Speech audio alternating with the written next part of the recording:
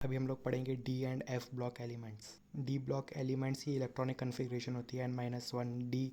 और ये transition elements वो एलिमेंट्स होते हैं जिनका डी ब्लॉक का नंबर खाली रहता है।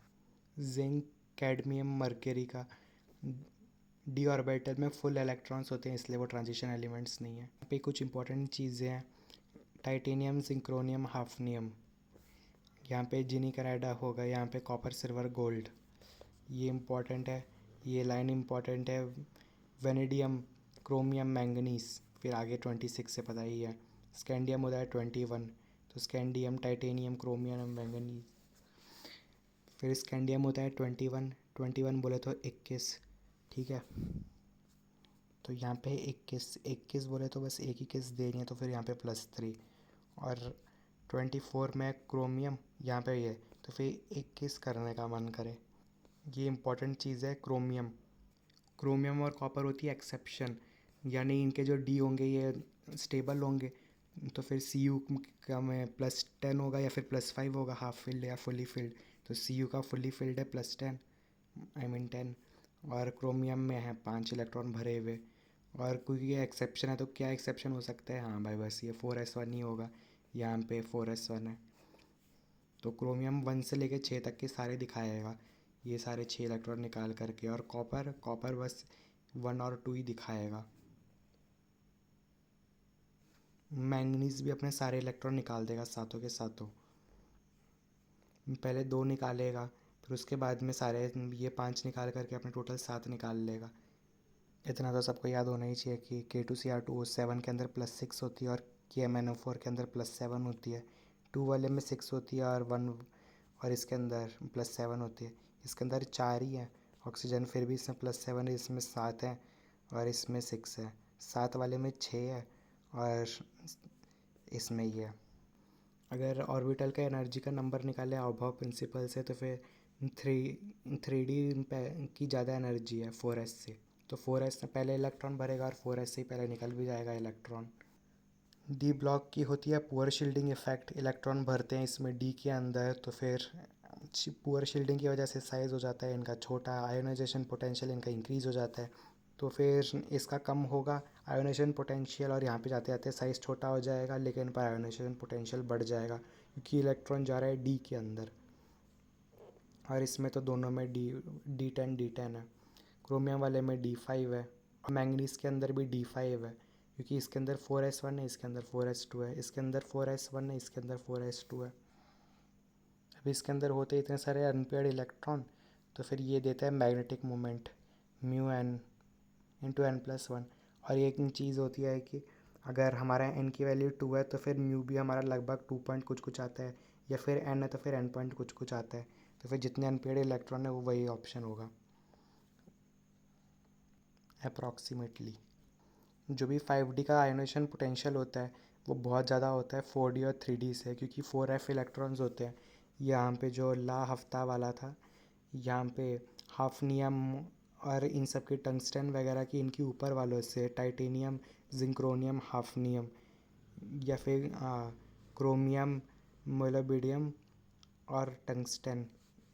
तो फिर इसमें टंगस्टन की बहुत ज़्यादा आयोनाइजेशन पोटेंशियल होगी, क्योंकि इसमें 4f में इलेक्ट्रॉन भर गए थे यहाँ पे, और उसके बाद से साइज़ बहुत छोटा हो गया, पुअर शील्डिंग हो गई और आयोनाइजेशन पोटेंशियल बहुत बढ़ गया। तो फिर ये जो 5 वाली लाइन है हाफनियम की, ला हफ्ता वाली, इसका आयोनाइजेशन पोटेंशियल बहुत ज़्यादा है ऊपर दोनों से, 3 और 4 से। बाकी पैरामैग्नेटिक तो वो होता है जो मैग्नेट की तरफ जाए, और डायामैग्नेटिक जो रिपेल करे मैग्नेट को। फिर पोटेशियम डाइक्रोमेट नाम से पता चल रहा है, डाई मतलब 2, क्रोमेट तो 2 Cr है। क्रोमाइट और के अंदर यहाँ पे Cr2O7 बनाना है, यहाँ पे FeCr2O7, इसी को क्रोमाइट और बोलते हैं। इसके अंदर NaOH या फिर Na2CO3 डालो और उसको वाटर से रिएक्ट कर दो, तो फिर बन जाएगा हमारे पास में Na2CrO4। यहाँ पे Fe से Na होगा और Cr2 से Cr हो गया। और अगली बार में हम लोगों ने Na2CrO4 जो बनाया हुआ है FeCr2O7 से, इसको H2SO4 के साथ रिएक्ट करके Na2Cr2O7 बन जाएगा। ये Na2 का Na2O4 का O7 हो गया और Cr का Cr2 हो गया। तो मतलब ये बेसिकली चीज़ पर Fe की जगह पे Na2 लग गया हुआ है। यहाँ पे इसकी ऑक्सीडेशन स्टेट +2 है, यहाँ पे 2 Na लग गए हुए हैं। फिर अगले स्टेप में KCl बस डाल दिया, तो फिर NaK को करके यहाँ पे पोटेशियम डाइक्रोमेट बना लिया।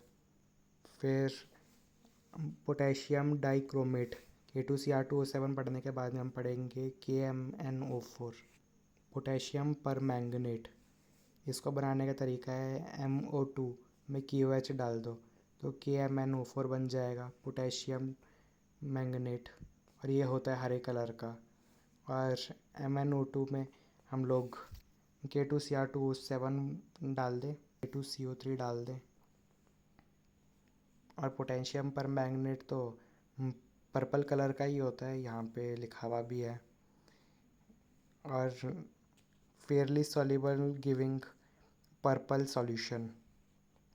इसको हीट करने पे KMnO4 को हीट करने पे K2MnO4 ही बन जाता है, जिससे बना था, और MnO2 बन जाता है। MnO2 से ही बना हुआ था ना हमारे पास, MnO2 से बना था हमारा K2MnO4, और K2MnO4 में CO2 या फिर Cl2 या फिर O3 डाल करके KMnO4 बना था, एक K घट गया था।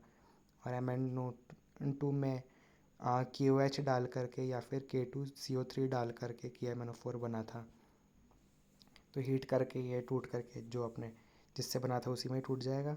और डार्क सॉलिड होता है crystalline having metallic lattice, sorry वो जो टच होता है, और एक्शन ऑफ हीट तो हो गया।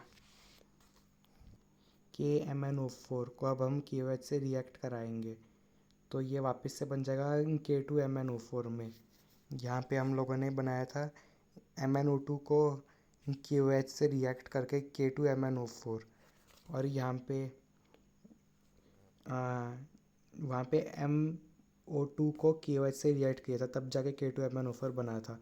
और फिर K2MnO4 को हम लोगों ने रिएक्ट कराया था CO2 Cl2 या फिर O3 से, तब जा कर के ये बना था। लेकिन पर ये टूटने के बाद में मतलब जो MnO2 के साथ बनता था वही KMnO4 के साथ में भी बन रहा है KOH के साथ रिएक्ट करने पे K2MnO4। और यहाँ पे बैक बॉन्डिंग बताया हुआ है कि जो परमैंगनेट आयन है MnO4-2, जिसमें Mn तो +7 है हमारा, और यहाँ पे डबल बॉन्ड जो है ये ऑक्सीजन के जो इलेक्ट्रॉन है ये वापस से Mn के खाली ऑर्बिटल्स के अंदर जा रहे हैं, तो फिर बैक बॉन्डिंग हो रही है, जिसकी वजह से इसके अंदर अनकलर्ड है ये जो MnO4 जो परमैंगनेट आयन है MnD5 4s2। और इसमें से सातों के सातों इलेक्ट्रॉन निकल जाएंगे मैंगनीज में से, तो फिर ये तभी भी कलर्ड रहेगा क्योंकि बैक बॉन्डिंग हो रही है, जबकि इसके अंदर कोई इलेक्ट्रॉन भी नहीं है अनपेयर्ड। तो इसका रीज़न है बैक बॉन्डिंग कलर का। फिर मैग्नेट आयन ग्रीन कलर का होता है, ये क्वेश्चन मैंने दिया हुआ है, लेट्स रिकॉल समझ लो। तो फिर मैग्नेट आयन कौन से कलर का होगा? ग्रीन कलर का। मैग्नेट मतलब पोटेशियम डाइक्रोमेट।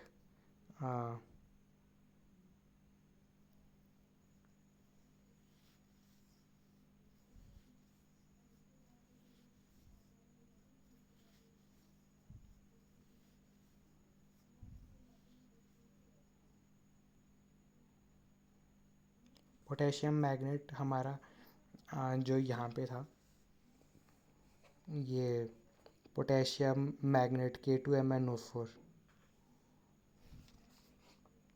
ये था हमारे पास में ग्रीन कलर का। और ग्रीन कलर वाले को हम लोगों ने इनसे रिएक्ट कराया था तो फिर पर्पल कलर वाला बना था।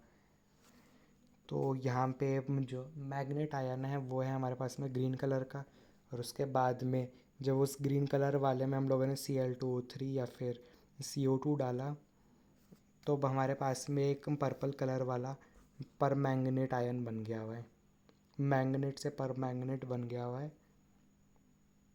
और एक के कम हो गया हुआ है। पर मैग्नेट के अंदर एक ही के होता है, तभी पर आया हुआ है, क्योंकि एक ही के है। ऐसा मान लो, पर मतलब एक, तो फिर एक ही के। और मैग्नेट में दो के है, तो फिर उसको क्या ज़्यादा पर देना। ये अपने एफ ब्लॉक का इनर ट्रांजिशन एलिमेंट्स जो कि घुसड़े हुए रहते हैं, एल ए, वो जो नीचे की तरफ लिखे हुए रहते हैं ना, एक छोटी से डब्बे के अंदर रहते हैं ना, ला हफ्ता वाले का ला। तो फिर वो होते हैं 57 से लेकर 71 तक, जो ऊपर वाला होता है लेंथनम। और एक्टिनम वो उतना पूछा नहीं जाता है, तो उसको छोड़ भी सकते हैं।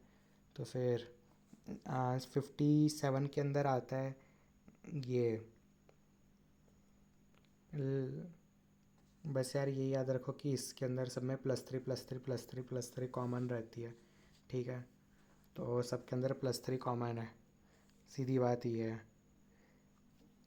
यहाँ पे देखो मोस्ट कॉमन ऑक्सीडेशन स्टेट +3 है, और ओनली इन सर पर टेबल, सी पर टेबल।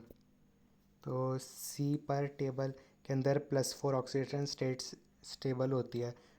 बस इन तीन के अंदर, सर पर टेबल के अंदर +4 ऑक्सीडेशन स्टेट स्टेबल होती है, और सबसे मोस्ट स्टेबल +3, ठीक है। इन वालों का तो मैंने बता ही दिया था। स्कैंडियम 21 करने का मन हो रहा है, तो फिर यहाँ पे आ गया है 21 में, तो एक ही किस चाहिए, तो फिर +3। और क्रोमियम में तो हम पता लगा ही सकते हैं, ये होती है एक्सेप्शन हमारी, तो फिर D5 या D10 होना होगा इसमें, तो फिर ये D5 है, क्योंकि D10 तो कॉपर है हमारा। और एक्सेप्शन है, तो फिर 4s2 नहीं होगा, 4s1 होगा यहाँ पे। अब 4s1 और 3d5 है हमारा, तो फिर पहले 2 इलेक्ट्रॉन निकल जाएंगे। तो फिर आ, नहीं, इसमें तो 4s1 है ना, तो फिर पहले एक इलेक्ट्रॉन निकल जाएगा, तो +1 भी स्टेबल है। फिर उसके बाद में वहाँ के अगले पाँचों इलेक्ट्रॉन निकल जाएंगे, तो फिर +6 तक स्टेबल है। और Mn में तो कोई एक्सेप्शन नहीं है, 21 करने का मन में 24 और 25, तो फिर ये इसके अंदर तो 4s2 ही होता था, तो फिर दोनों ही निकलने पड़ेंगे, और अगली बार में पूरे पाँचों निकल जाएंगे, तो इसमें 7, ठीक है। बस।